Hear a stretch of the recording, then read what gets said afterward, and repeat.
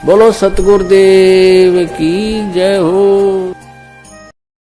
तो यहाँ कहते हैं यह भूल पड़ी हुई से हमारा कि हम साधु की परिभाषा ही नहीं समझ पाए, साधु के बारे में हम जान भी नहीं पाए। और तुलसीदास भी कहते हैं जो संत ने पहचान लेगा कि मत कान पा हाथ धर लूंगा जिसने संत पहचान लिया। संत का पहचानना ही मुश्किल है, मुक्ति दूर नहीं है। कहते हैं शब्दा लाल तो परख है जौहरी और शब्दा परख है साध, कबीर परख ले साध ने ताका मता आगाध। जो साधु को परख लेगा ना वो तो फिर कहना ही केस है। तो इसी प्रकार हमने हर पहलू पर, हर बात पर यहाँ पर सत्संग के अंदर नजर दौड़ानी होगी। हेलो। हाँ जी। हाँ जी, फोन किया था आपने? हाँ बिल्कुल किया था। बताइए। कौन बोल रहे हैं आप? रामचंद्र दास। रामचंद्र दास जी, भगत जी, आप सत सेवक हो और मैं खाली सेवक हूँ, जी है ना? जी। आप सत सेवक हो हाँ और मैं सेवक हूँ, हाँ है ना?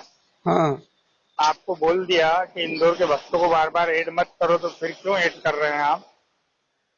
इंदौर के भक्तों, क्या आप गुरु हो गए क्या वहाँ पे? अरे हम गुरु नहीं है, वो तो हमारे भगत भाई है ना। आपका नाम क्या है? मेरा नाम सुरेश व्यास है। जानता, पहले भी तेरे से मेरी कई बार बात हो चुकी, तो समझा चुका हूँ, तेरे समझ में नहीं आ रही है क्या? अच्छा, स्टेट आप वहाँ के कोऑर्डिनेटर हो सुरेश व्यास जी? हाँ, जिनने आपसे कई बार प्रार्थना की कि आप अपनी औकात में रहो भाई जी, औकात में? लेकिन आप अपनी औकात में नहीं रह रहे हो यार। क्या करें अब, आपको बताइए। ये इंदौर क्या तुमने खरीद रखा है क्या? अरे तो भैया, जब कोई की इच्छा नहीं हो तो उसको अरे मत जोड़ो, क्यों तो क्यों इच्छा जोड़ते हो है? आप जबरदस्ती? कौन होते हो? आप मैं उसको कौन लाइन होते पे, मैं हाँ। उसको लाइन पे लूं जिसको तुमने जोड़ा था अभी। अगर वो तो बोलेगा हाँ मेरी इच्छा के बिगड़ जोड़ा, हाँ, तो फिर मान जाओगे? हम बोलो। 100 बार जोड़ूंगा। तुम कौन होते हो? नहीं, उसकी इच्छा के अरे बिगड़ अगर उसकी उसको इच्छा जोड़ रहे हो। तुम कौन ठेकेदार होते हो ना? तुम ठेकेदार हो तेरी क्या? बहन को चोदू, चुप रख। अगर चोट हराम बहन खोर के लौड़े, कैसा। तेरी माँ को लेके भग गया क्या मैं? अगर चोट, मैंने अरे ऐसा कोई खोटा काम नहीं करा, तू कहाँ से पैदा हो गया मेरे यहाँ यार, गंदा आदमी। अरे अगर चोट, निकम्मे, चुप कुत्ते। यही तो तेरी आवाज तुम। साहेब जी सतगुरुदेव की जय हो। जगत गुरु तत्वदर्शी संत रामपाल जी महाराज की जय हो। परम पिता परमात्मा केशव कबीर साहेब की जय हो। जगत गुरु तत्वदर्शी संत रामपाल जी महाराज की जय हो। सत साहेब जी। जागो भगतो जागण के रुत आ गई, जागो भगतो जागण के रुत आ गई। पवन भगत यू जयपुर वाला साची साच बता रहा, पवन भगत यू जयपुर वाला साची साच बता रहा। इस मैनेजमेंट कमेटी ने बरवाला कांड करवाया, इस मैनेजमेंट कमेटी ने बरवाला कांड करवाया। रामपाल सतगुरु का भाई मिंदर जुल्म कमा गया, रामपाल सतगुरु का भाई मिंदर जुल्म कमा गया।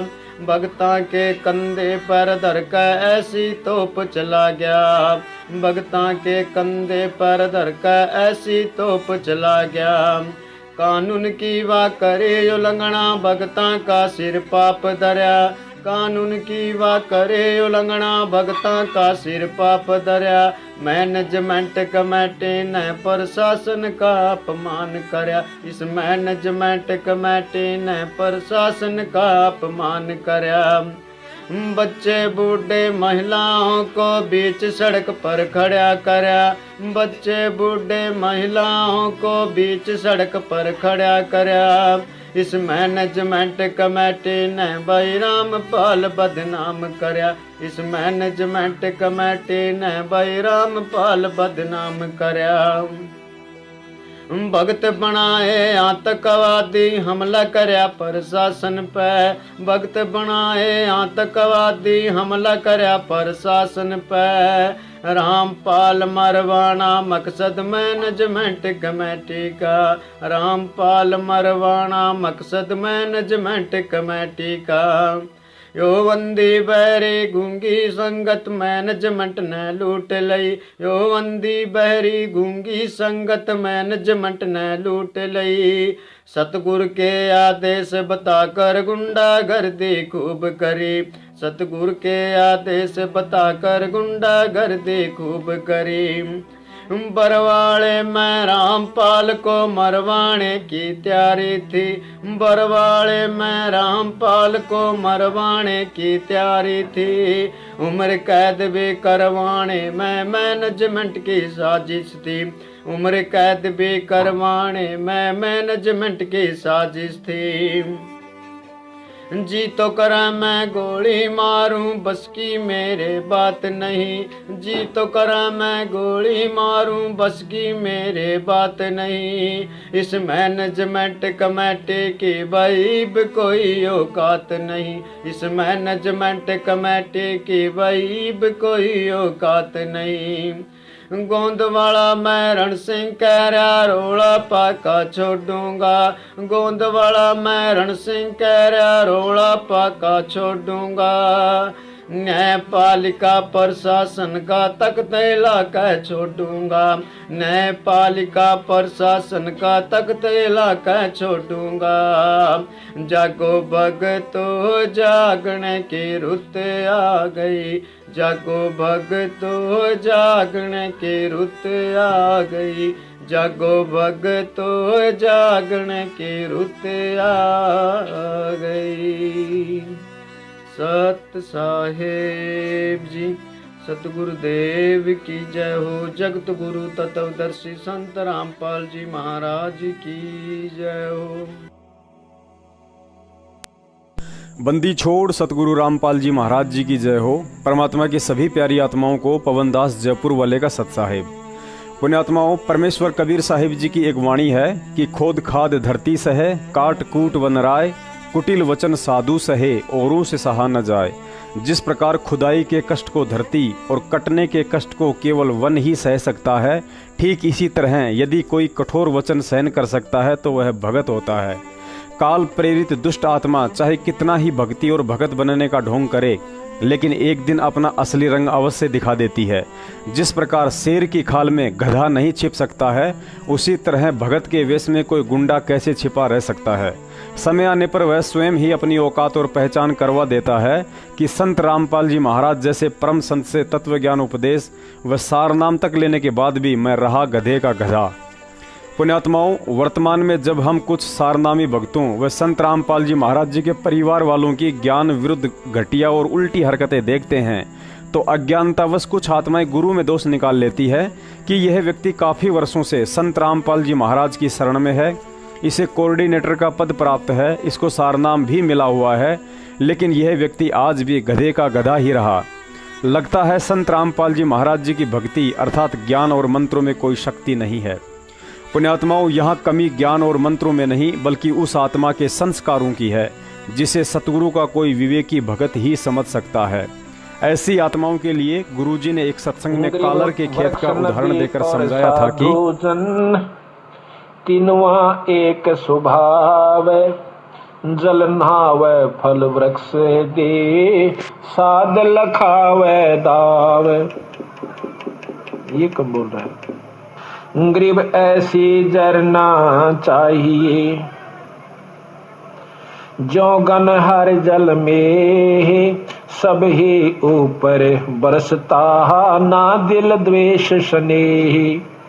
कि ऐसा विश्वास चाहिए जैसे बादल होते हैं, बारिश ओस है, वह नो नहीं देखता कि ये कालर का खेत है, इसमें वर्षा करने का कोई फायदा नहीं है और ये बढ़िया स्थान से इस पर बरसों। इसी प्रकार संत होते हैं, सत्संग के अंदर सम्मान ज्ञान देते हैं। इसी प्रकार जिस प्रकार बारिश सब पर होती है, लेकिन कालर का जो खेत होता है उपजाऊ नहीं होता, वो उसमें उस पानी भी खारा हो जाता है, काम नहीं आता। इसी प्रकार अच्छी जगह जो बारिश होती है, उपजाऊ जमीन पर, उसमें फसल होती है। सत्संग सबको सुनाया जाता है, जो भाग्यवान जीव हैं, जो परमात्मा के अधिकारी हंस हैं, उनके ऊपर असर होता है, बाकियों पर नहीं होता, बल्कि कड़वास आती है उनको।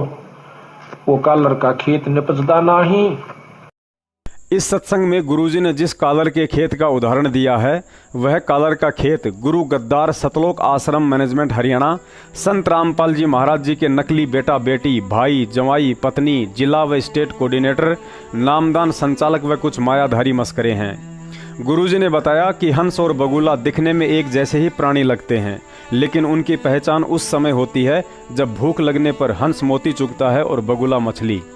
बरवाला कांड से पहले हमें हर कोई वह व्यक्ति जो संत रामपाल जी महाराज जी से उपदेश प्राप्त था, गले में लॉकेट और हाथ में रक्षा सूत्र बांधता था, हमें भगत ही नजर आता था। लेकिन असल में आज पता चल रहा है कि उन भक्तों में से कितने ऐसे हैं जो आज राजनीति की गंदी गलियों में लोट लगाते हुए गुरु गद्दार सतलोक आश्रम मैनेजमेंट वालों के तलवे चाट रहे हैं, और कितने ऐसे हैं जो अपने उन भाइयों को गंदगी से निकालने के लिए उसी काल एजेंट सतलोक आश्रम मैनेजमेंट वालों से माँ बहन की गालियां और मार खा रहे हैं। परम पूज्य सतगुरु रामपाल जी महाराज जी ने सतवादी राजा हरिश्चंद्र की कथा सुनाई थी। इस कथा को लोग सदियों से सुनते सुनाते आ रहे हैं, लेकिन वास्तव में इन कथाओं के मर्म और इनमें छुपे गूढ़ रहस्यों को तत्व ज्ञान और तत्वदर्शी संत के अभाव में चाहे लाख बार सुन लीजिए, किसी के भी समझ में नहीं आ सकता है कि वास्तव में यह कथा क्या संदेश देना चाहती है। आज 25 साल से संत रामपाल जी महाराज जी ने जितनी भी कथा सुनाई है, उनके भक्तों के लिए उन कथाओं को अमल में लाने का समय केवल आज वर्तमान है। ये कथाएं उन्होंने मनोरंजन के लिए नहीं, बल्कि इन कथाओं में छिपी शिक्षाओं को आधार बनाकर भक्ति मार्ग में आने वाली बाधाओं से बचने के लिए सुनाई थी। गुरुजी ने बताया कि राजा हरिश्चंद्र भगवान विष्णु जी के उपासक और एक सतवादी राजा थे। उनके सत और वचन के आगे देवता लोग भी नतमस्तक थे। देवताओं के राजा इंद्र को चिंता होने लगी कि यदि राजा हरिश्चंद्र के सत को नहीं तोड़ा गया तो तेरी इंद्र की गद्दी खतरे में आ सकती है। यह सोचकर इंद्र सहित सभी देवताओं ने एक प्लान बनाया कि ऐसा कौन है जो पृथ्वी लोक पर जाकर राजा हरिश्चंद्र के सत को तोड़ सके। भगवान विष्णु जी के पास जब यह बात पहुंची तो विष्णु जी ने कहा कि यह तुम्हारा व्यर्थ प्रयत्न होगा, क्योंकि राजा हरिश्चंद्र मेरी शरण में है और उसका सत तोड़ना कोई साधारण काम नहीं है। बाकी तुम्हारी मर्जी, चाहो तो कोशिश करके देख लो। इंद्र ने इस काम के लिए नारद जी को चुना, तो नारद जी ने भी ऊपर हाथ खड़े कर डाले कि राजा हरिश्चंद्र भगवान विष्णु जी की शरण में है और उसके सत को डिगाना मेरे बस की कतई बात नहीं है। अंत में देवताओं की झूठी निंदा चुगली के चलते विश्वामित्र जी ने यह बीड़ा उठाया और गुरुजी ने बताया कि विश्वामित्र जी ने अपनी सिद्धि शक्ति से राजा हरिश्चंद्र जी को राज्य विहीन कर डाला। मात्र 100 असरफियों के लिए पुत्र, पत्नी और स्वयं राजा हरिश्चंद्र जी की बाजार में बोली लग गई। अंत में पुत्र की मौत हो गई, पत्नी पागल हो गई, स्वयं ने कालिया नामक मुर्द फरोश बनकर शमशान घाट पर मुर्दे जलाने का काम करना पड़ा।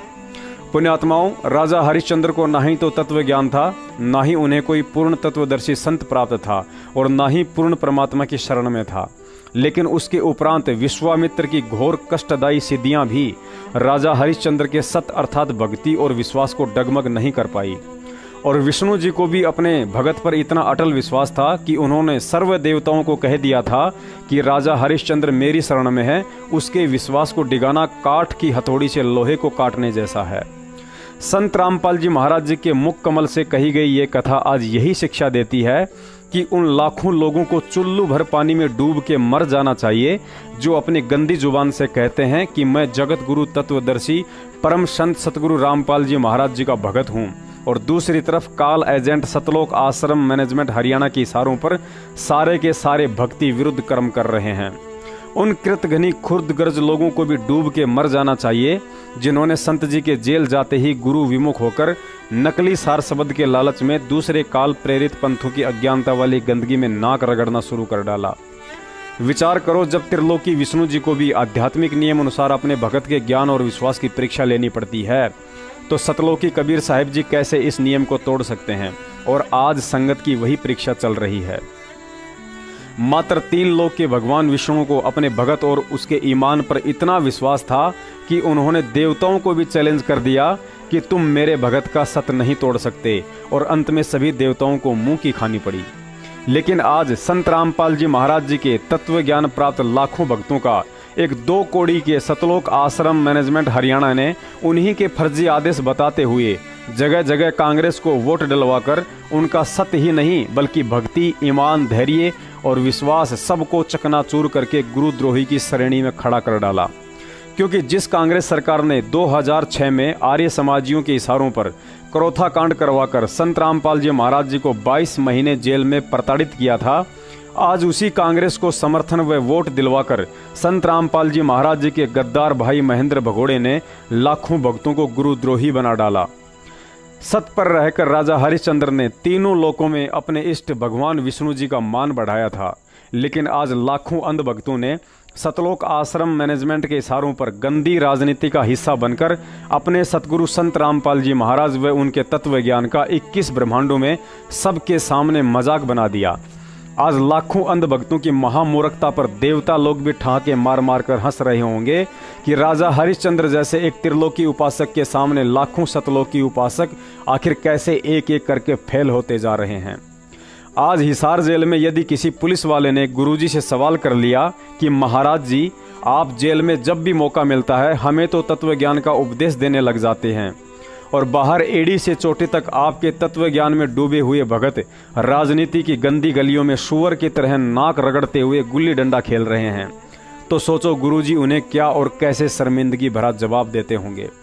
आगे इस कहानी में गुरुजी ने बताया कि अंत में नौबत यहाँ तक आ गई कि स्वयं राजा हरिश्चंद्र तलवार लेकर अपनी पत्नी का शीश काटने ही वाला था कि पीछे से भगवान विष्णु ने आकर उसका हाथ पकड़ लिया और कहा, हरिश्चंद्र, आज आपने सत ना छोड़कर दुनिया के सामने मेरा और मेरी भक्ति का मान रखा है, आप परीक्षा में विजयी हुए, मांगो क्या मांगते हो। लेकिन राजा हरिश्चंद्र ने ना ही तो राज्य वापस मांगा, ना ही पत्नी और पुत्र मांगा, बस यही कहा कि भगवान आपने दर्शन दे दिए और इससे ज्यादा अब मांगने को शेष भी क्या रह गया। और हम इतने बड़े गधे हैं कि वर्तमान में गुरुजी जेल में बैठकर तरह तरह की परेशानियों का सामना कर रहे हैं और हम खुद गर्ज रात दिन सतलोक आश्रम मैनेजमेंट के चोरों के नंबरों पर भिखारियों की तरह अपनी मन्नतें पूरी करवाने के लिए प्रार्थनाओं पर प्रार्थनाएं लिखवाते रहते हैं। और तो और संगत को यह भी समझ में नहीं आता है कि वास्तव में भिखारी तुम स्वयं हो या सतलोक आश्रम मैनेजमेंट वाले, क्योंकि प्रार्थनाएं तुम करते हो और उधर पाठ व ज्योति का आदेश बताकर अपनी झोली मैनेजमेंट वाले भरते हैं। कहें विशंबर नाथ सुनो क्या की जय देवा, वह हरिचंद्र सतलीन करते हैं सब की ही सेवा। गरीब हरिश्चंद्र का पति व्रत टर नहीं टारा, वह सतवादी संत रहे। गरीब हरिश्चंद्र का पति व्रत टर ना टारा भाई, वो सतवादी संत रहे हमारी शरणाई। राजा हरिश्चंद्र मेरी शरण के अंदर है भाई, वो सत नहीं छोड़ सकते। गरीब बोलत है ऋषि देव जात है हमारी पदई, सुनो सहस भुज नाथ करत हैं हम उनकी बदई। इंद्र जी कहते हैं कि मेरी पदवी जावेगी महाराज, अगर वो इस सत पर डटा रहा और देवताओं की पदवी उसको देनी पड़ेगी तो हम उसके साथ बदई करेंगे, हम उसके साथ जो है ना खेचातान करेंगे, उसके सत को तोड़ेंगे। गरीब गण गंधर्व सब देव सकल में ऊंचा को है, लीजिए ताही बुला हरि चंद टार जो देव है। विष्णु भगवान ने बोले भाई देख लो तारी मर्जी। उन्हें मालूम था कि जो मेरी शरण में आ गया और सत पर डटा रहा तो उसका कोई बाढ़ नहीं बाका कर सकता, पर ये भी राजी हो लेंगे, ये प्रसन्न हो जाएंगे, देख लेते हैं। गरीब नारद मुनि ऋषि देव कहे सुन त्रिभुवन नाथा, हरिचंद्र सतना जावे तुमसे संग विधाता। नारद मुनि बुलाया, वो सियाणे थे, ने बोले भगवान उसके सतना कौन तोड़ दे जब आप जैसे साथ हो, मेरे बस का नहीं, ना आपा जावा। पुण्यात्माओं, आपने कभी कुत्ता लड़ाई का नाम तो सुना ही होगा, अगर नहीं सुना है तो बता देते हैं कि कुत्ता लड़ाई क्या होती है। जैसे दो कुत्तों के बीच में कोई सूखी हड्डी डाल दी जाए और फिर जिस कदर वे दोनों कुत्ते उस सूखी हड्डी के टुकड़े के लिए लड़ते हैं उसे कुत्ता लड़ाई कहते हैं। और यह कुत्ता लड़ाई आजकल सतलोक आश्रम मैनेजमेंट के कुत्तों के बीच जगह जगह छिड़ रही है, क्योंकि सतलोक आश्रम मैनेजमेंट हरियाणा के सबसे बड़े कुत्ते अर्थात संत रामपाल जी महाराज जी के गद्दार भाई महेंद्र भगोड़े ने सभी नामदान केंद्रों का लीज पर बंटवारा कर दिया है। महेंद्र ने एक नामदान केंद्र की बोली 1 लाख रुपया महीने में लगाकर छोड़ दी है। मतलब जिस भी व्यक्ति को नामदान केंद्र खोलना है तो उसे महीने का 1 लाख रुपया सतलोक आश्रम मैनेजमेंट हरियाणा को जमा करवाना है, और बाकी जितना भी ऊपर का दान धर्म आता है उसे नामदान केंद्र वाला स्वयं रखेगा। जब से 1 लाख रुपया महीने में नामदान केंद्रों का बंटवारा हुआ है, तब से नामदान केंद्र वालों ने अधिक से अधिक दान इकट्ठा करने के चक्कर में संगत को भी बांटना शुरू कर दिया है।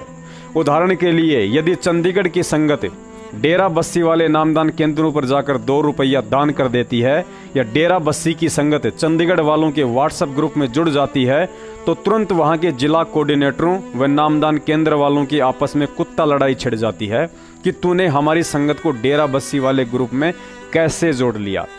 और बीच में बेवजह संत रामपाल जी महाराज जी को डाल देते हैं कि गुरु जी का आदेश है कोई भी भगत नया व्हाट्सएप ग्रुप नहीं बनाएगा।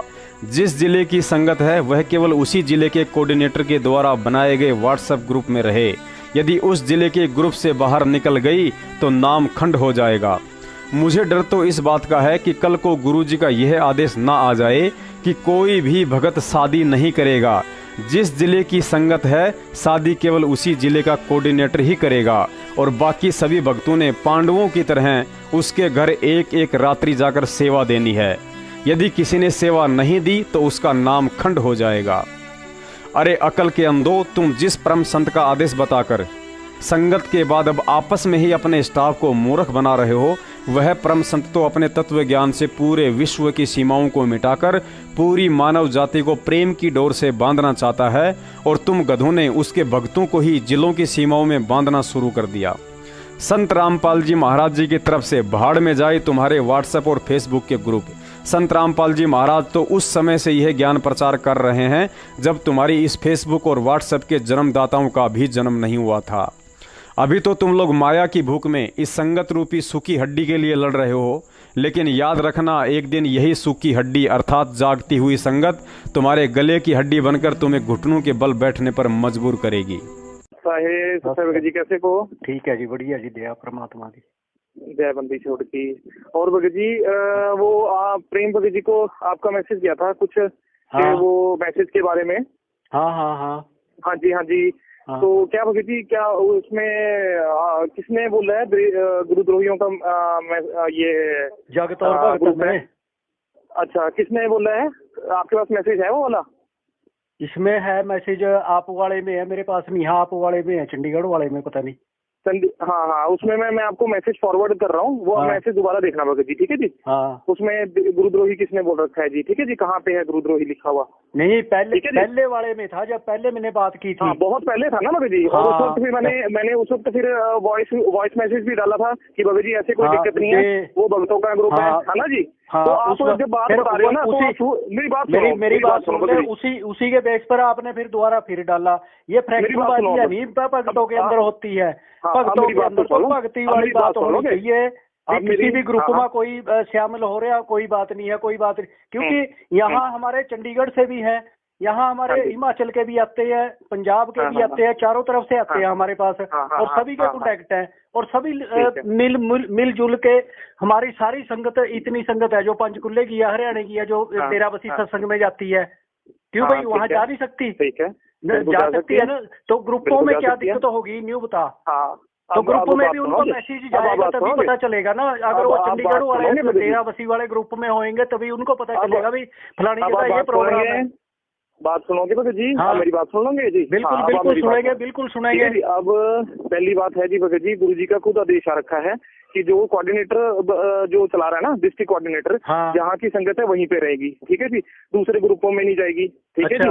वो उससे क्या होता है, अब कभी कोई ऐसा भगत है या कोई जगत का बंदा है जो कि पहले हमारे भी ग्रुप में ऐड हो रखा था, हाँ। जो गुरुद्रोही था, ठीक है जी, उन्होंने क्या किया, उसने भक्तों के नंबर लिए और सभी भक्तों को गलत मैसेज डाले जी। दूसरी बात है, सुनो मेरी बात सुन लो, मेरी बात पूरी ऑडियो मैंने सुन रखी है, संगत में था आपकी, चंडीगढ़ का संगत का बंदा था वो, तो संगत के बंदे मेरे पास पता नहीं कितने बंदे गए आल समझ लो इंडिया में थे है मेरे पास सारे के नंबर। तो भक्तों के पास नंबर नहीं होते एक दूसरे के, क्या ग्रुप में बात सुन लो ना जी। अब आप बात भी सुना करो या सिर्फ अपनी ही बोलोगे? नहीं, मैं तो मैं यही बता रहा हूँ भक्तों के पास मेरी भी सुन लो भगत जी, कोई में से नहीं भी जाते। मेरी बात सुन लो भगत जी, मेरी बात भी सुन लो। अपनी आपने जो बोलनी थी मैं सुन लिया, अब मेरी बात सुन लो। मैंने नरेश भगत जी जो चंडीगढ़ अपना पंजाब के डिस्ट्रिक्ट कोऑर्डिनेटर स्टेट कोऑर्डिनेटर उनसे बात हुई थी और उन्होंने खुद मना किया है कि जगत से भगत में चंडीगढ़ और मोहाली की संगत नहीं ऐड होगी। अगर आपको दिक्कत है तो नरेश भगत जी को कॉल कर लो और उनसे बात कर लो जी। ठीक है जी? क्योंकि उनका भगत जी स्टेट कोऑर्डिनेटर है और हमारा काम है उनके बात को मानना। ठीक है जी? और उन्होंने साफ मना किया है रीजन भी होएगा ना, कोई रीजन। हाँ, क्यों भगत जी, जो लोकल भगत है ना, जहाँ की संगत है वो वहीं के उधर रहे, उनको वहाँ से मैसेज आए। ठीक है जी? हाँ, लोकल में ही सत्संग में जाएगी, लोकल में ही सेवा में जाएगी, लोकल में ही सारा कुछ करेगी। हाँ, तो हमारी संगत को क्यों नहीं मना करते? आप चंडीगढ़ में बताया करो सेवा करने के लिए। मेरी बात सुन लो, पहले पूरी बात सुन लो, उसके बाद आप बात करो। और आप वहाँ पे उसमें ऐड हो चंडीगढ़ मोहाली संगत में। ठीक है ना जी? आप उसमें मैसेज डाल सकते हो, आप मैसेज डाल दो, आपको मैं मना नहीं करता। हम डाल ही नहीं सकते उसमें मैसेज। हाँ, वो इसलिए मना किया है क्योंकि पीछे जो कृष्ण दास जी और जसवंत दास जी की आपस में लड़ाई हो गई थी और वो बिल्कुल वो ग्रुप में चल रहा था मैसेज, इसलिए वो उसको ब्लॉक किया गया जी। तो अगर आपको सुनो, पहली बात की हाँ, वो फिर लड़ रहे हैं ना भगत जी, मैं तो नहीं लड़ रहा। लड़ नहीं रहे, वो कृष्ण भक्त बिल्कुल नहीं लड़ा। ये चिड़ा जैसा इसका नाम है चिड़ा, वैसे ही ये चिढ़ता है एक दूसरे भक्त से। कौन चिढ़ता भगत जी? चिड़ा जो है जसवंत भक्त का नाम है, चिड़ा भी है उसका नाम। अच्छा भगत जी, मेरे को नहीं पता था। हाँ, उसका नाम चिड़ा भी है। आम उसको यहाँ हम चिड़े के नाम से बुलाते हैं उसको। चलो भगत जी, आप जो मर्जी बुलाओ, मैं आपको मना नहीं कर रहा भगत जी। पर जो मेरे को आप नरेश भगत जी से बात कर लो, अगर वो कहते हैं कि भी वहाँ की संगत वो उधर रहे तो मैं बिल्कुल आपको मना नहीं करता। ठीक है? अरे यार, मारे तो कोई भी ना रहे है, मानो कहीं किसी से संगत कोई तेरी चंडीगढ़ वाली संगत या मोहाली वाली संगत से माने कुछ नहीं लेना है, लेकिन मैसेज जो है ना सही डालो भगत जी। ना संगत आपकी है ना मेरी है, नहीं है आपकी है संगत है। चंडीगढ़ वाली आपकी संगत है, हमारी तो कोई नहीं है। चंडीगढ़ वाली संगत तो आपकी है, गुरुजी की तो है ही नहीं, वो तो आपकी संगत है। मेरी बात सुनो, आप सुनो मेरी बात को। हाँ, आप ऐसे से दोबारा बात करो या फिर दीपक अपना नरेश भगत जी से बात कर लो, उनको सारी बात का पता है। अगर वो कह देंगे तो मेरे को कोई दिक्कत नहीं है जी। वो उनसे पूछ के मैसेज डाला, बिना पूछे नहीं मैसेज डाला जी। ठीक है जी? और गुरुद्रोही का कोई मैसेज नहीं डाला। आप दोबारा मैसेज चेक कर लेना, आप भी उस ग्रुप में हो, आप भी मैसेज चेक कर लो जी। हाँ, पहले कहा रही था भी गुरुद्रोही है इसमें। भगत जी पहले कहा था, उसके बाद फिर समझ गए उसको। तो उसी बेस पर अब डाला आपने भी इसमें। पहले तो आपने वॉइस डाल दिया था भी कोई दिक्कत नहीं है, रहो। तो उसी बेस पर है ना भी इसमें पता नहीं कहाँ के द्रोही इसमें ऐड हुए हुए है। उसी बेस पर आपने अब मैसेज डाला। ये मैसेज जो डाला दोबारा पढ़ लो, आपको समझ आ जाएगी उसमें मैसेज क्या डाला हुआ है। अपनी संगत को भाई साहब अपने पास रखो, कहीं ना जाने दो, दूसरी संगत को भी ना घुसने देना। जो परमात्मा की संगत है इधर सेवा करने आती है उसको मत आने दिया करो अपने सत्संगों में और या इधर मोहाली चंडीगढ़ में। भगत जी मेरी संगत नहीं है, गुरु जी की संगत है। नहीं, ये तो आपकी हो संगत है जी, ये आपकी हो है जो चंडीगढ़ मोहाली की है। गुरु जी की संगत तो सीमाओं के अंदर नहीं है, कहीं भी सीमाओं के अंदर नहीं बंधती ना। गुरु जी ने सीमाएं रखी हैं। गुरु जी ने तो ये भी बोल रहे हैं अभी, ये जो पाकिस्तान की चीन वाली सभी सीमाएं मिटाऊंगा मैं। भगत जी पर गुरु जी का जो आदेश है मैंने वो मानना है, जिसमें अगर गुरु जी ने कोई आदेश दिया वो उसकी अवहेलना मैं नहीं कर सकता। ठीक है जी? आपने करनी है, आप शौक से कीजिए। ठीक है जी? कर ले यार, गुरु जी की अवहेलना तो ये भी है। एक भगत ने मुझ दास से कहा कि भगत जी, संगत इतनी मूर्ख हो सकती है, मुझे तो आज बरवाला कांड के बाद पता चल रहा है। एक तरफ तो हम गुरुजी को सतवादी कहते हैं और दूसरी तरफ बरवाला कांड के बाद उसी सतवादी के मुख कमल से कही गई बातों को मानने से इनकार भी कर रहे हैं, जिन्होंने साफ साफ कहा है कि बरवाला कांड करवाने वाली राष्ट्रीय समाज सेवा समिति मेरी नहीं है और मुझे भी आश्रम में रोक के रखा हुआ था। झूठे कैसे हैं आपके ऊपर? आपके गुंडे इतने खड़े थे वहाँ पे, हजारों आदमी हरियाणा पुलिस से। मेरे नीचे राष्ट्रीय समाज सेवा समिति नहीं तो आपकी समिति है। अरे आपकी समिति है बाबा, आप अपने आप को।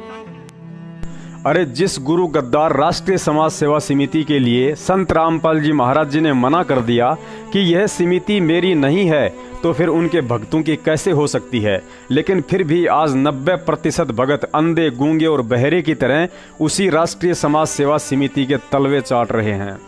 अंधे होकर उसी समिति को दान दे रहे हैं, उसी समिति के फर्जी नामदान केंद्रों पर पाठ और ज्योति का पैसा देकर कर्म बिगाड़ रहे हैं, क्योंकि वह पैसा राजनीति में लग रहा है।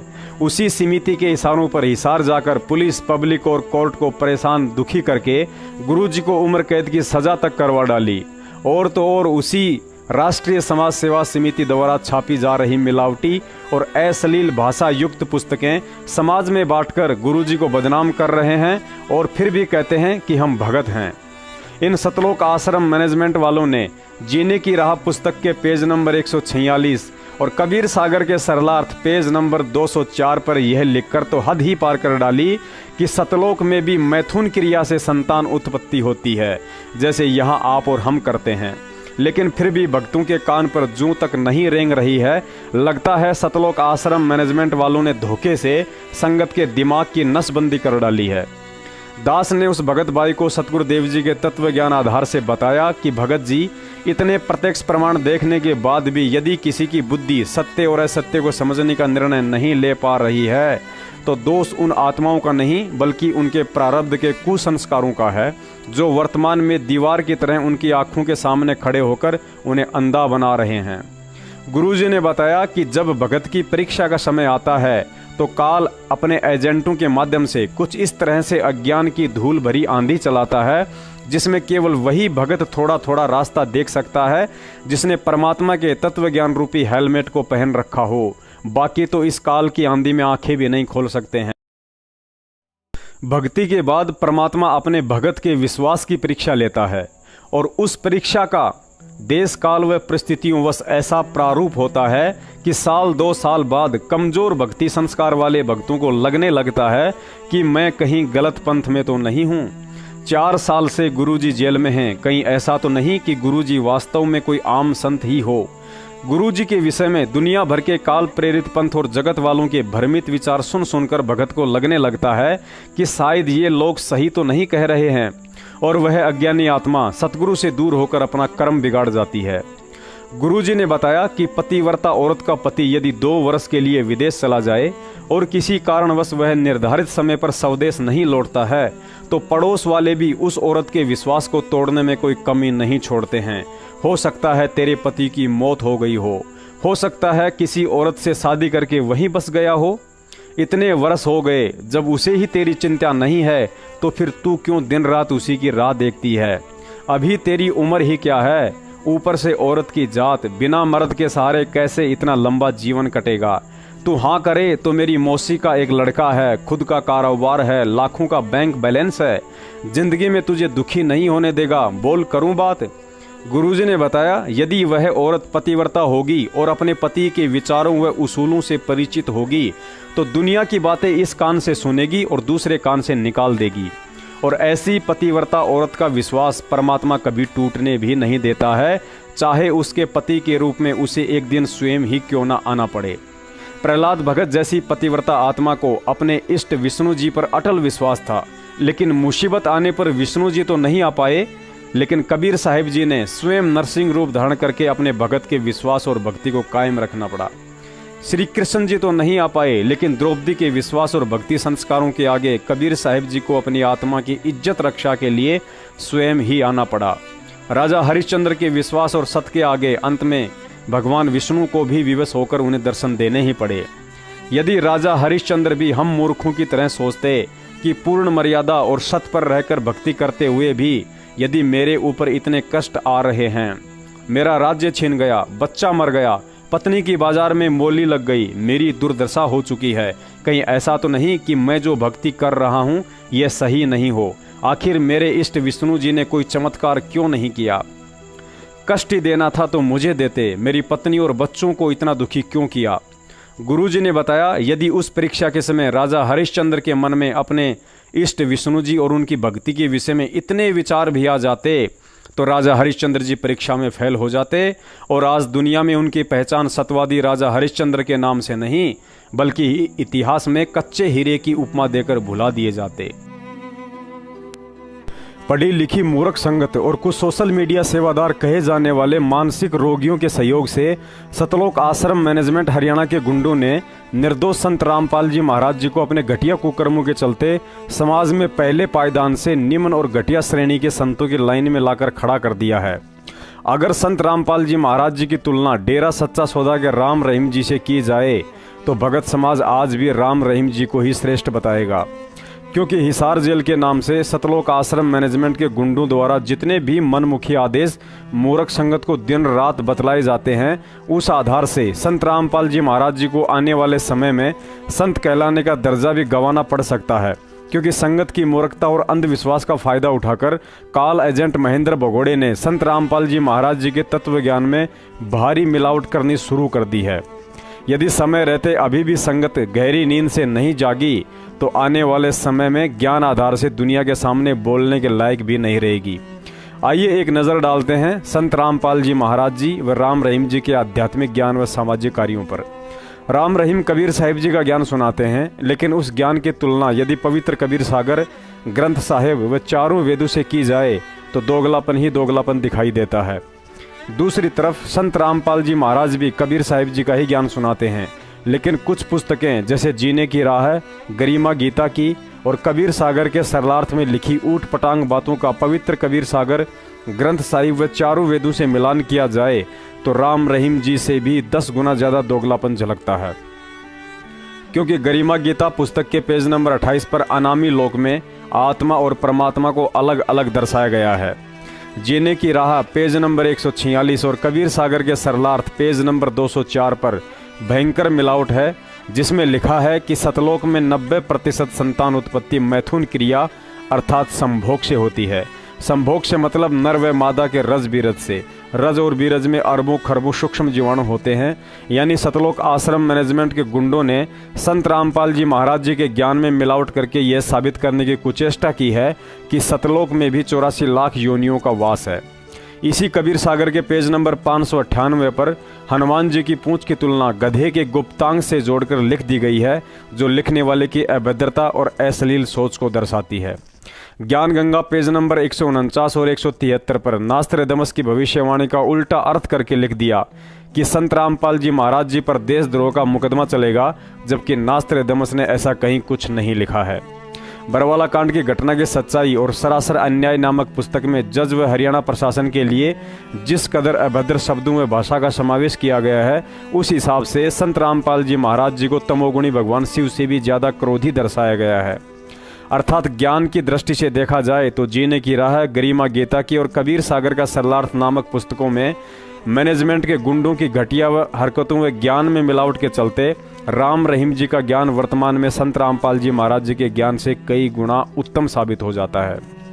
ज्ञान के बाद यदि राजनीतिक दृष्टि से देखा जाए तो राम रहीम जी ने भारतीय जनता पार्टी को समर्थन दिया था और इधर संत रामपाल जी महाराज जी के गद्दार भाई महेंद्र ने उन्हीं के आदेश बताकर भक्तों से उसी कांग्रेस सरकार को समर्थन व वोटिंग करवा डाली, जिस कांग्रेस के कार्यकाल में निर्दोष होते हुए भी संत रामपाल जी महाराज जी को 2006 से 2008 तक बेवजह जेल काटनी पड़ी थी। और साथ में कांग्रेस सरकार से करोड़ों रुपये लेकर रक्तदान के विशाल कार्यक्रमों के माध्यम से भक्तों का जन समूह इकट्ठा कर बीजेपी के खिलाफ समाज को भड़काकर घटियापन की मिसाल भी पेश कर दी, जो राम रहीम व उनके भक्तों ने कभी नहीं की। अतः राजनीतिक छवि की दृष्टि से भी राम रहीम जी का नंबर गुरु गद्दार सतलोक आश्रम मैनेजमेंट हरियाणा से अव्वल नंबर पर है। इसके अलावा सब जानते हैं कि रक्तदान, देहदान व सफाई अभियान में सतलोक आश्रम मैनेजमेंट हरियाणा वाले राम रहीम के पैरों की धूल के बराबर भी नहीं है। राम रहीम ने हजारों गरीब बच्चियों की मुफ्त में शादियां करवाई, लेकिन सतलोक आश्रम मैनेजमेंट के गुंडों ने अपने ही भक्तों को दहेज मुक्त शादी के नाम पर दोनों पक्षों से संत रामपाल जी महाराज जी का आदेश बताकर अर्थात रमेणी सेवा के नाम पर 11-11 हजार रुपये की लूट मचा रखी है। हाँ, एक सेवा ऐसी है, यदि उसकी बात की जाए तो राम रहीम जी तो क्या दुनिया का कोई भी संत और महंत तथा समाज सेवी इस गुरु गद्दार सतलोक आश्रम मैनेजमेंट हरियाणा के गुंडों के आस पास भी नहीं टिकेगा। और वह सेवा है गुरु की आड़ में फर्जी नामदान केंद्र खोलकर पाठ ज्योति और दान धर्म के नाम पर लूटपाट सेवा। एक बहन ने कहा कि पवन भगत जी, आपके पास सतलोक आश्रम मैनेजमेंट द्वारा गुरुजी के साथ की गई गद्दारी के सैकड़ों ठोस सबूत हैं। आप इन सबूतों को लेकर मैनेजमेंट के रक्तदान और देहदान वाले कार्यक्रमों में जाकर क्यों नहीं दिखाते? वहां तो हजारों में संगत आती है, सबको एक बार में ही सच्चाई का पता चल सकता है। दास ने उस भोली बहन को एक उदाहरण देकर समझाया कि एक समय एक गीदड़ ने अपनी पत्नी से कहा कि चलो आज तुम्हें गांव की सैर करवा कर लाता हूं। गीदड़ की पत्नी ने कहा कि गांव में तो कुत्ते बहुत होते हैं, अगर हमें कोई नुकसान पहुंचा दिया तो? गीदड़ ने कहा, अरे भगवान, डरती क्यों हो? ये देखो, मेरे पास गांव में घूमने का लाइसेंस है। दोनों मियाँ बीवी जंगल से बाहर गांव की तरफ चल देते हैं। जैसे ही वे दोनों गांव के नजदीक जाते हैं तो कुत्तों ने उन्हें देख लिया कि गीदड़ और गीदड़ी गांव की तरफ आ रहे हैं। बस देखने की ही देर थी कि गांव के सारे कुत्ते उन दोनों की तरफ दौड़ पड़े। गीदड़ ने कुत्तों को अपनी ओर आता देख तुरंत जंगल की तरफ उल्टी दौड़ लगा दी। कुछ दूर जाकर देखा कि गीदड़ी अभी भी वहीं खड़ी है। उसने आवाज लगाई कि भगवान, वहां खड़ी खड़ी क्या कुत्तों को तिलक करने की सोच रही है? भाग ले, नहीं तो ये कुत्ते तुझे भी फाड़ डालेंगे। गीदड़ी बोली, अजी हमें इन कुत्तों से क्यों डरना? आपके पास तो गांव में घूमने का लाइसेंस है ना, इन्हें दिखा दीजिए। यह सुनकर गीदड़ ने जोर से आवाज लगाते हुए कहा कि भगवान, लाइसेंस तो है, लेकिन दिखाऊं किसे? ये सारे के सारे कुत्ते अनपढ़ हैं। इतना सुनकर गीदड़ी भी वहां से भाग छूटी और मुश्किल से अपनी जान बचाई।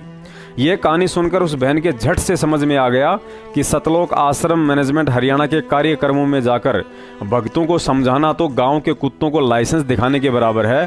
काल प्रेरणा से उल्टा हमें ही फाड़ने की कोशिश करेंगे। पुण्यात्माओं, पिछले 25 साल का इतिहास इस बात का गवाह है कि राजनीतिक क्षेत्र में नरेंद्र मोदी और आध्यात्मिक क्षेत्र में संत रामपाल जी महाराज का यदि आंधी की तरह विरोध हुआ है तो ये दोनों के दोनों महापुरुष तूफान की तरह पहले से कहीं ज्यादा ही उभर कर दुनिया के सामने आए हैं। रही बात सतलोक आश्रम मैनेजमेंट हरियाणा वालों के द्वारा मोदी जी का विरोध और कांग्रेस को सपोर्ट करने की, तो यह महेंद्र भगोड़े की कुछ राजनेताओं के साथ मिलकर सोची समझी साजिश है, जिसको अंजाम देने के लिए मूर्ख संगत के कंधों पर बंदूक रखकर चलाई जा रही है। संत रामपाल जी महाराज जी के सत्संग व कुछ प्रसिद्ध भविष्य वक्ताओं की भविष्यवाणियों के अनुसार आने वाले समय में भारत से एक क्रांति की शुरुआत होगी, जिसका नेतृत्व एक अधेड़ उम्र का महापुरुष करेगा। उसके कुशल नेतृत्व के चलते भारत ही पूरे विश्व को दिशा निर्देशित करेगा, यानी पुनः भारत देश जगत गुरु बनेगा। अब सवाल यह खड़ा होता है, यदि वह महापुरुष संत रामपाल जी महाराज जी हैं, तो क्या संत रामपाल जी महाराज उन भविष्यवाणियों के अनुसार भारत के प्रधानमंत्री या राष्ट्रपति बनकर इस कार्यक्रम को अंजाम देंगे? जी नहीं, बस यहीं आकर लाखों की संगत और सतलोक आश्रम मैनेजमेंट के गुंडों की बुद्धि स्लिप हो जाती है। संत रामपाल जी महाराज जी ने भक्ति मार्ग के हर सवाल व समस्याओं का समाधान अपने तत्व ज्ञान आधार से सत्संगों व पुस्तकों में लिख रखा है, लेकिन दुविधा यह है कि सतलोक आश्रम मैनेजमेंट वाले तो उन्हें एक सामान्य संत मानते हैं, जिस कारण उनकी बुद्धि उनके प्रवचनों को समझ नहीं सकती है, और संगत के पास इतना समय नहीं है कि इन पुस्तकों को समय निकालकर पढ़ सके, क्योंकि संगत को तो पढ़ने के बजाय इन पुस्तकों को समाज में बेचकर अपने पुण्य बनाने की जल्दी ज्यादा रहती है। यथार्थ भक्ति बोध का सरलार्थ पेज नंबर 154 पर आदरणीय गरीबदास जी महाराज जी ने स्पष्ट लिखा है कि दिल्ली के तख्त पर छत्र फेर भी फिरायसी, खेलत गुप्तार सैन भंजन सब फोकट फैन, मैयल राजबाला पुरुष सतगुरु दिखलायसी। सरलार्थ में लिखा है कि भारत की राजधानी दिल्ली के तख्त अर्थात गद्दी पर बैठेगा, उसके सिर पर पुराने राजा महाराजाओं की तरह छत्र फिरेगा तथा राजा बनने वाले पुरुष को वह सतगुरु दिखलाएगा। अर्थात यहाँ स्पष्ट होता है कि वह सतगुरु स्वयं राजा ना बनकर किसी अन्य पुरुष को दिल्ली की गद्दी पर बैठाकर उसे मर्यादित तरीके से राज करने के लिए निर्देशित करेगा। निर्देशित करने का आशय यह नहीं है कि वह सतगुरु अयोध्यापति राजा रामचंद्र जी के गुरु वशिष्ठ जी की तरह राजा के बगल में कुर्सी डालकर उसे हर कार्य के लिए सलाह देगा, या सतलोक आश्रम मैनेजमेंट वालों की तरह दिन में 3 बार व्हाट्सएप पर पीले पर्चे भेजकर संगत में बड़बड़ाता रहेगा कि तुम्हें क्या करना है और क्या नहीं। निर्देशित का मतलब उसे प्रजा के हित में करने योग्य कर्मों व परमात्मा के विधान की संपूर्ण जानकारी देकर राज्य करने का आदेश देगा। जैसे पहले कोई व्यक्ति बिल्डिंग कंस्ट्रक्शन का कार्य करता था, समय पर लेबर को तनख्वाह नहीं देता था, उनसे काम भी अधिक लेता था, हारी बीमारी में भी किसी की मदद नहीं करता था, बिल्डिंग मटेरियल में भी काफ़ी कमीशन खाता था। लेकिन सौभाग्य से संत रामपाल जी महाराज जी के शरण में आने के उपरांत उसे सकल शुभ अशुभ कर्मों, उनके परिणाम व परमात्मा के विधान की जानकारी होने से आत्मज्ञान हुआ और इस मर्म का अनुभव हुआ कि जो अपने सो और के एक के पीड़ पिछाड़।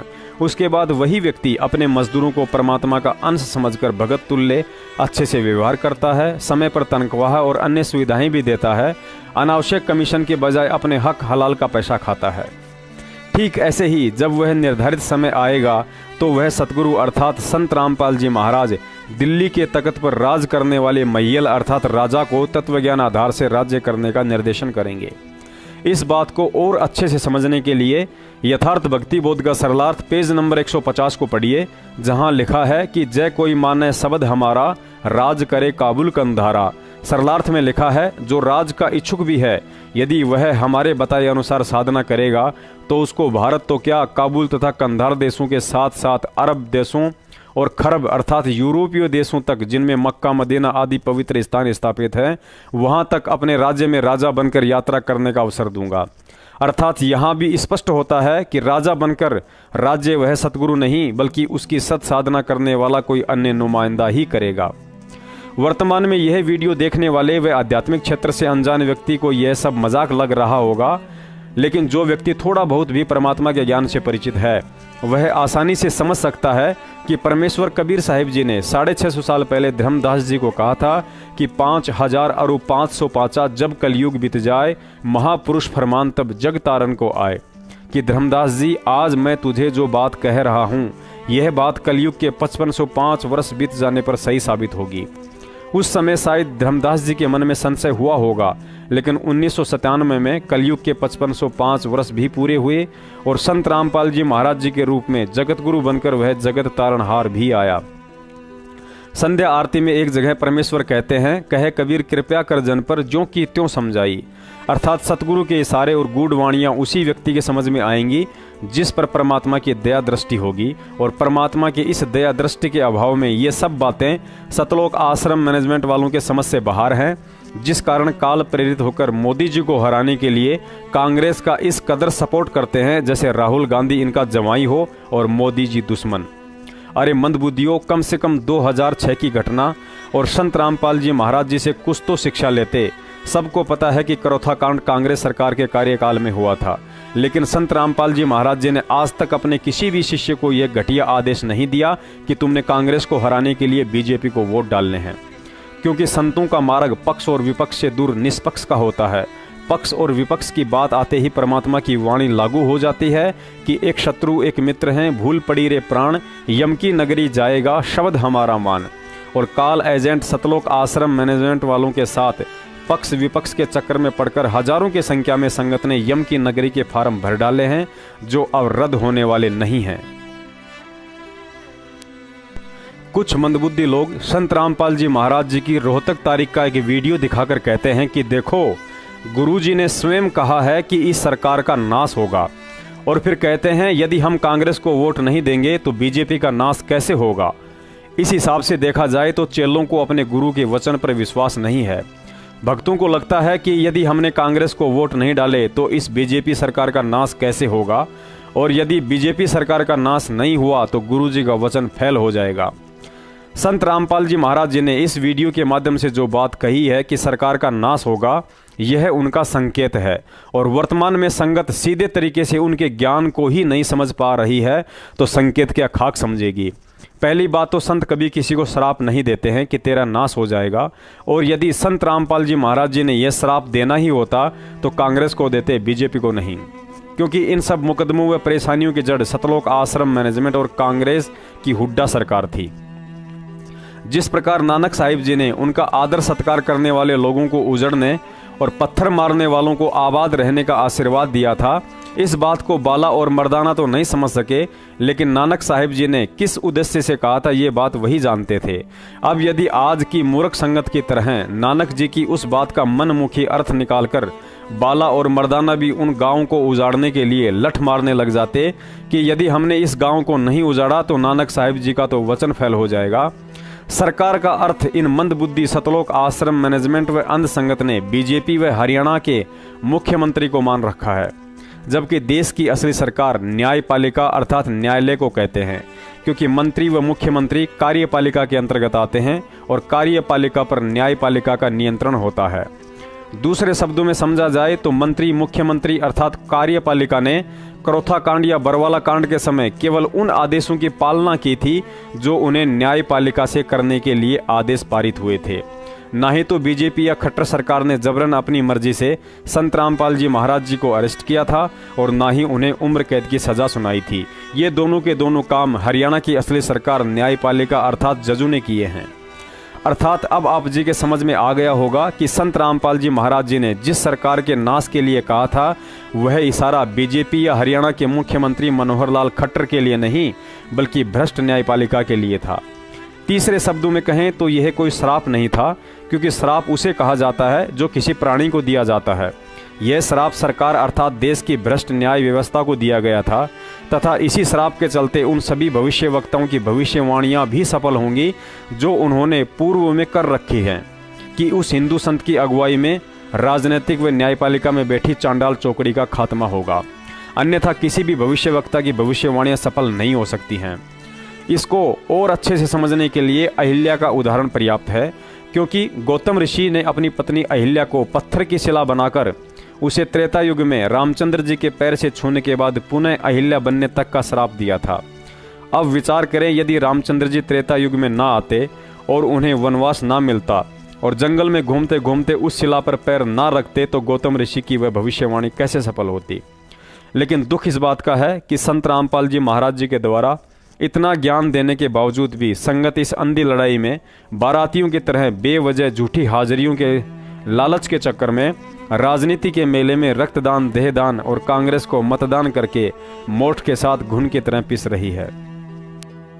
क्योंकि सत्सेवकों द्वारा लगातार संगत को जागरूक करते रहने के कारण व जागरूक संगत के सवालों पर सवालों के चलते अब तो सतलोक आश्रम मैनेजमेंट के गुंडे भी सीधे रास्ते आने लग गए हैं और वर्तमान में जो गंदी राजनीति खेली जा रही है उसकी जिम्मेदारी स्वयं ही ले रहे हैं कि बीजेपी को हराने और कांग्रेस को वोट डालने का आदेश गुरुजी का नहीं बल्कि हमारी संस्था का है।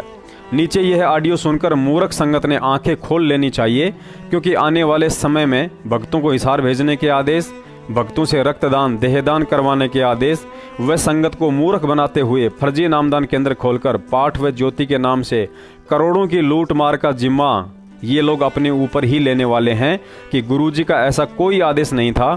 4 साल से यह सब आदेश हमारी संस्था राष्ट्रीय समाज सेवा समिति की तरफ से ही महेंद्र भगोड़े के कहने पर भक्तों को दिए जाते थे।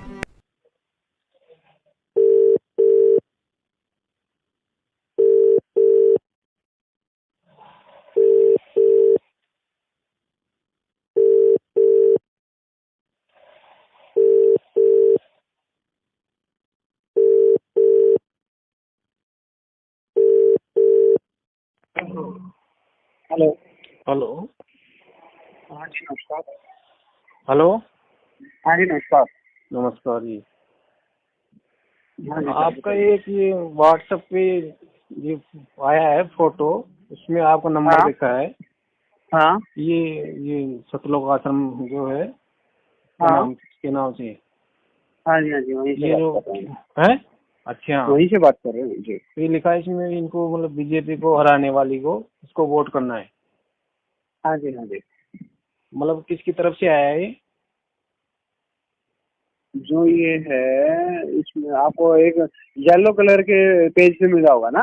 हाँ जी, येलो कलर के पेज पे लिखा होगा। हाँ हाँ हाँ हाँ, येलो कलर पे। हाँ, ये हमारी संस्था की तरफ से है जी। नहीं, गुरु जी की तरफ से है, संस्था की तरफ से है?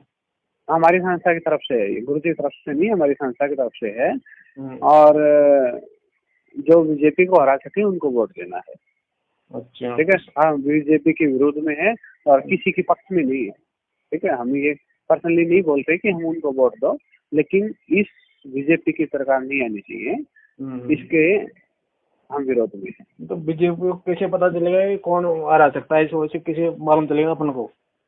क्या अपन को कैसे मालूम चलेगा कि कौन पार्टी बीजेपी को हरा सकती है? आपके स्टेट आप जुड़े हैं गुरु जी से? तो आपके जो स्टेट कोऑर्डिनेटर हैं, कहाँ से बोल रहे हैं आप? सवाई माधोपुर, राजस्थान। राजस्थान से। आपके स्टेट कोऑर्डिनेटर प्रकाश जी हैं, तो प्रकाश जी से आप बात कीजिए। ठीक है, मतलब गुरु जी का आदेश तो नहीं है ना? प्रकाश जी से आप बात कर लीजिएगा, पूरी इन्फॉर्मेशन वो दे देंगे आपको। तो आप ये ऐसी क्यों, मतलब गुरु जी के आदेश, मतलब गुरु जी ने कभी ऐसा सत्संग में बताया नहीं? आपके कोऑर्डिनेटर हमने बता दिया कि जो बीजेपी को हरा सके उसको वोट देना है। तो ये भी बताओ फिर आप किसको देना है वोट, ये भी तो बताओ। ज्यादा मैं बता तो रहा हूँ, अगर ज्यादा जानकारी चाहिए तो आपके स्टेट कोऑर्डिनेटर प्रकाश जी हैं, आप प्रकाश जी से बात कीजिए। ये कौन सी बात है, ये आपको पता नहीं क्या? अरे भाई साहब, आपके कोऑर्डिनेटर हैं जो आपकी स्टेट में जो मैनेज कर रहे हैं, आप उनसे बात करो ना, वो बताएंगे आप आपको। गुरु जी के आदेश के सत्संग में ऐसे कभी बताया नहीं भी इसको देना है नहीं देना। पुण्यात्माओं, गधे को गधा इसलिए कहा जाता है कि उसका मालिक उसे चाहे खाना दे या ना दे, उसे 8 घंटे काम में लगाए रखे या 24 घंटे, उसे लठ मारे या आराम दे, वह सब कुछ चुपचाप सहन करता रहता है, क्योंकि वह गधा है। हाल ही मध्य प्रदेश के सारनामी गुंडे विष्णु तेली ने संगत को कांग्रेस के मुख्यमंत्री कमलनाथ का आशीर्वाद दिलवाने के लिए एक कार्यक्रम में बुलवाया। कमलनाथ और कमलनाथ के कमांडो चमड़े के जूतों सहित गुरुजी की फोटो के आगे उस पवित्र स्थान से गुजरे जहां भगत अपने सतगुरु को दंडवत प्रणाम करते हैं। उसके बाद स्टेज पर भी जूतों सहित ही चढ़ गया। मतलब कांग्रेसी नेता कमलनाथ के जूते संत रामपाल जी महाराज व उनके अंधभक्तों को आशीर्वाद दे रहे थे, क्योंकि स्टेज के नीचे गुरुजी की फोटो और ज्योति जल रही है और कमलनाथ के जूते स्टेज पर गुरुजी की फोटो के ऊपर घूम घूम कर भक्तों को आशीर्वाद दे रहे हैं। हम और आपके बीच में पधार चुके हैं। सभी से प्रार्थना है, हमारे माननीय मुख्यमंत्री महोदय, गरीबों के मसीहा, राष्ट्र के निर्माता, हम सभी अनुयायियों के दुख दर्द की बात सुनने वाले आप सभी के बीच में हैं।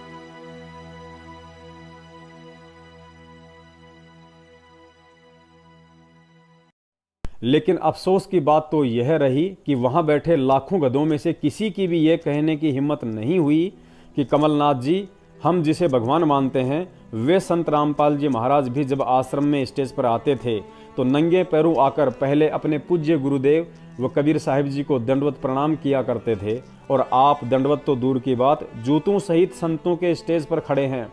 क्या आपके परिवार और कांग्रेस ने आपको इतने संस्कार भी नहीं सिखाए कि धार्मिक कार्यक्रम में कैसे शरीक हुआ जाता है? लेकिन कहे तो कहे कौन, क्योंकि संगत तो अंधे गधे वाली भूमिका निभा रही है और महेंद्र भगोड़े के गुंडे संगत की मूर्खता का फायदा उठाते हुए इस धार्मिक संस्था का राजनीतिकरण करने में लगे हुए हैं। संत रामपाल जी महाराज जी ने एक सत्संग में कहा था कि बच्चों, कभी भूलकर भी किसी राजनेता या पार्टी का समर्थन मत करना, क्योंकि हम जिस भक्ति मार्ग पर चल रहे हैं, यह दास रामपाल इस मार्ग का डॉक्टर है और तुम मरीज। तुम अभी नहीं समझ सकते कि क्या सही है और क्या गलत, लेकिन दास जैसा कहे वैसे चलते रहना। फिर गुरुजी ने बताया कि भक्ति मार्ग में किसी भी पार्टी को वोट डालना क्यों मना किया जाता है, क्योंकि हम जिस भी पार्टी के नेता को वोट डालकर चुनते हैं, वह अपने कार्यकाल में 90% कुक्रम और 10% सुक्रम करता है। चूंकि वह हमारे वोट से नेता बनकर सारे कर्म करता है, अतः धर्मराय के विधान अनुसार उसके हर अच्छे बुरे कर्म कुकर्म में हमारा भी उसी अनुपात में सहयोग गिना जाएगा। अर्थात उस नेता के 90% कुकर्मों में हम भी बराबर के हिस्सेदार बनते हैं।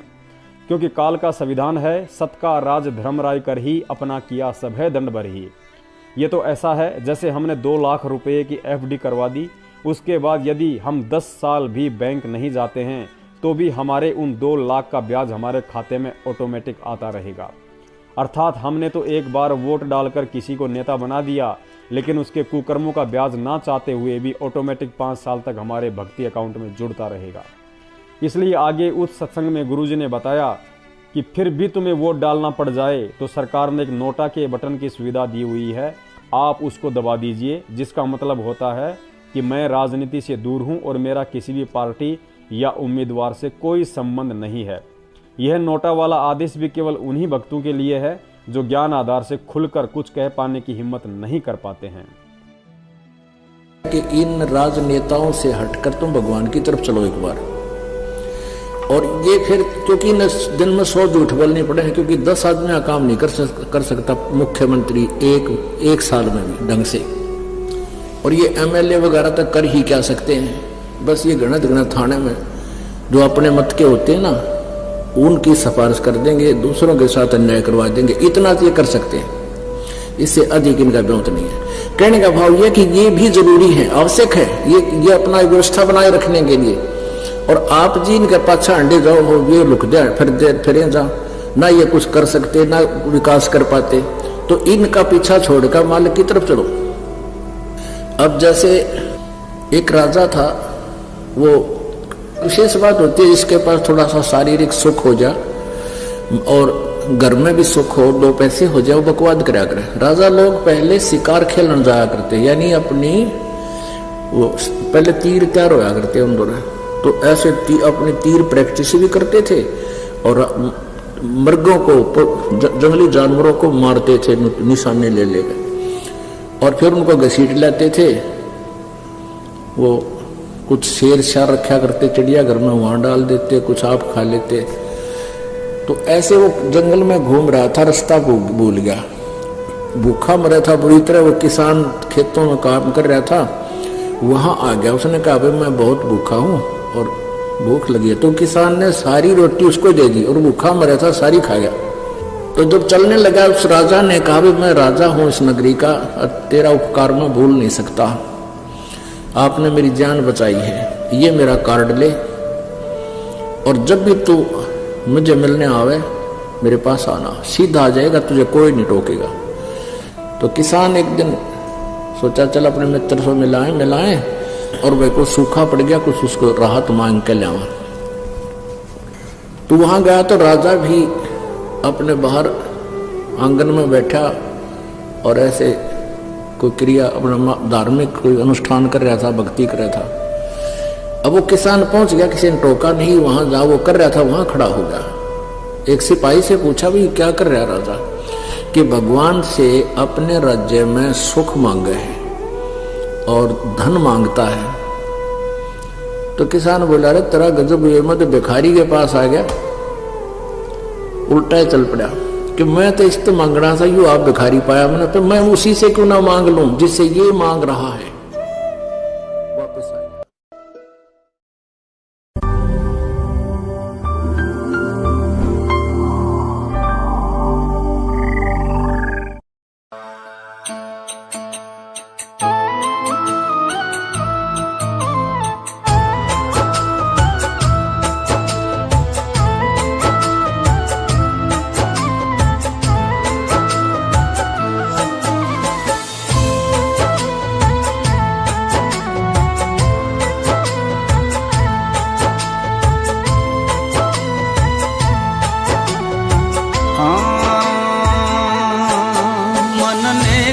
कर ले 2 दिन का मेहमान, मन नेकी कर ले 2 दिन का मेहमान, 2 दिन का मेहमान, मन नेकी कर ले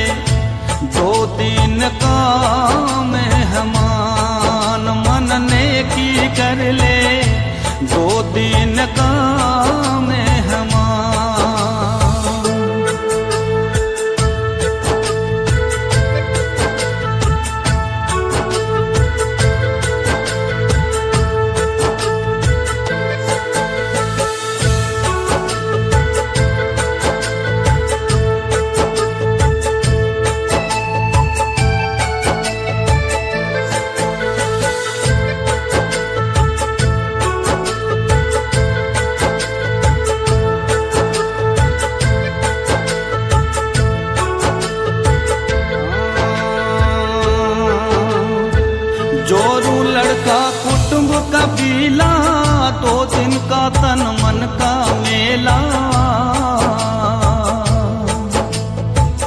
जोरू लड़का कुटुंब कबीला, 2 दिन का तन मन का मेला। अंतकाल हंस जाए अकेला, सज माया मंडान, मन ने की कर ले 2 दिन का मेहमान, मन ने की कर ले 2 दिन का मेहमान।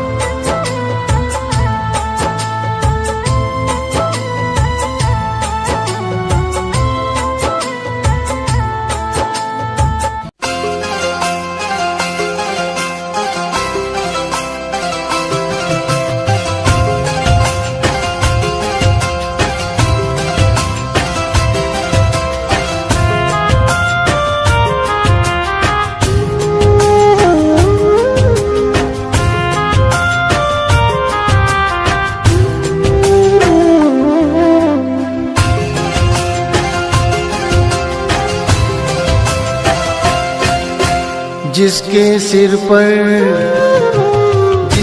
सिर पर कृपा गुरु की, वो दुख कैसे पाएगा। जिसके सिर पर कृपा गुरु की, वो दुख कैसे पाएगा। नाम गुरु जी का जप लेगा, नाम गुरु जी का जप लेगा, जीवन सफल बनाएगा। जिसके सिर पर कृपा गुरु की, वो दुख कैसे पाएगा। जिसके सिर पर कृपा गुरु की, वो दुख कैसे पाएगा।